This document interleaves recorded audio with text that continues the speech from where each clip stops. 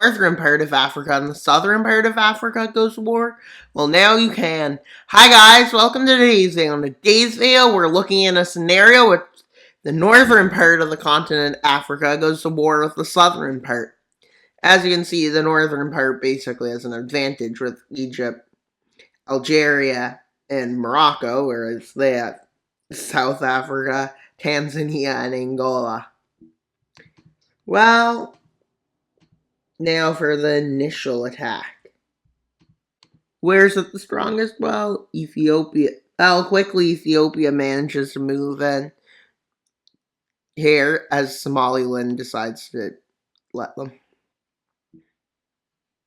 And within the first while, they're here on this front. With over here, they're over there. And well into the Central African Republic. No, Gabon, Equatorial Guinea, and Democratic Republic of Congo. And well, they quickly advance. But the initial invasion doesn't stand very well over here, as the Central African Republic isn't greatly unified. And well, they quickly advance in. And the same is true for South Sudan, with them both ending up capitulating. But a big chunk of the northern part of these nations, about here, is occupied still. But Ethiopia still is launching a strong offensive. The offensives are only getting stronger, as Egyptian forces are now arriving. And they push down. Gabon's basically fully taken, but they do push back over here, protecting the Democratic Republic of Congo. With this front that they're advancing and managing to cross into Chad, which isn't a strong nation. Same with Sudan, because Sudan's in turmoil. And they even cross into parts of Cameroon, as they manage to large in their front. They even cross into parts of Ethiopia. Manage to set up a front line about here. And then into Sudan they go, with rebel forces in Sudan making it easier for them to advance. Sudan is split in two, basically. Well, they advance to there, but, well, Kenya is under threat, with Tanzanian forces arriving to help Kenya, which stabilizes the front, but as that's happening, Gabon falls. So realistically, if we're speaking, the team with the advantage right now is the North. By land, it's not.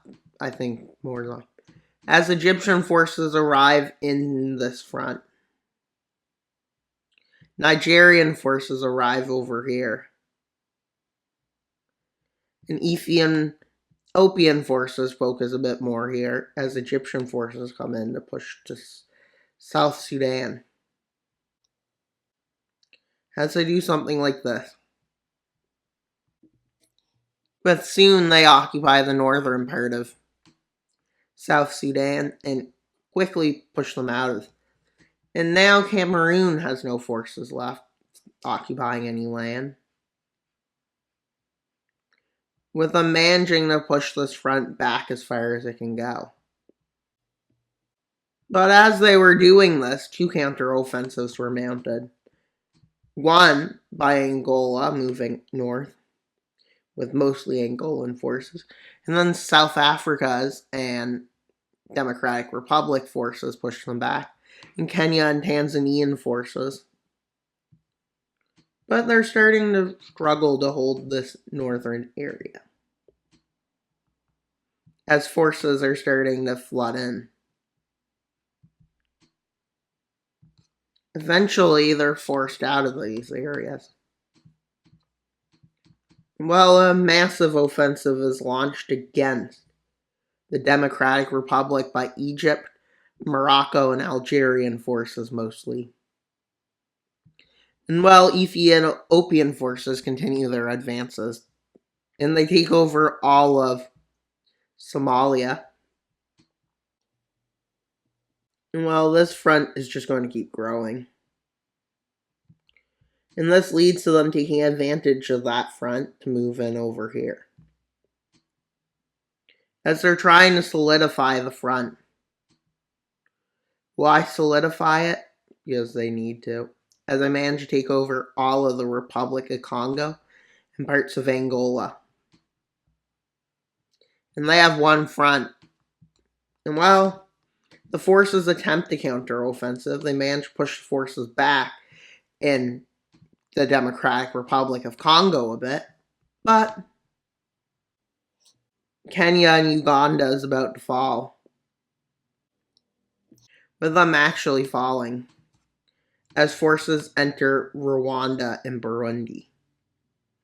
And Tanzania has a lot of forces in there. Heading there. With Angola losing more of its coast. And losing a bit here. That makes it extremely difficult to get supplies. As they decide to occupy land along this river. Lake, I mean. This is not a river, it's a lake. Obviously, we wouldn't be seeing a river that wide. And with supply lines being a challenge in this area. With them having an absolute victory over this area. Seems, but their area is cutting off supply. Gets pushed back. And that gets pushed back a bit more over here. And well, a new offensive is mounted in Tanzania. Tanzania surrendering, but the southern part of it manages to get occupied. The Democratic Republic of Congo surrendering, and they manage to advance all the way here.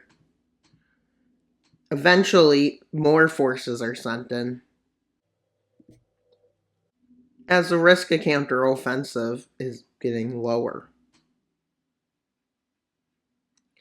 And they finally secure naval dominance. Yes, finally. With Madagascar quickly being overwhelmed and forced to surrender. As they use this to set up a bit of a blockade. They take advantage of this land in the Cape part of South Africa. And they quickly take a big chunk of the coast. With this being unexpected, and South Africa being in complete chaos after this, they manage to start an advance north.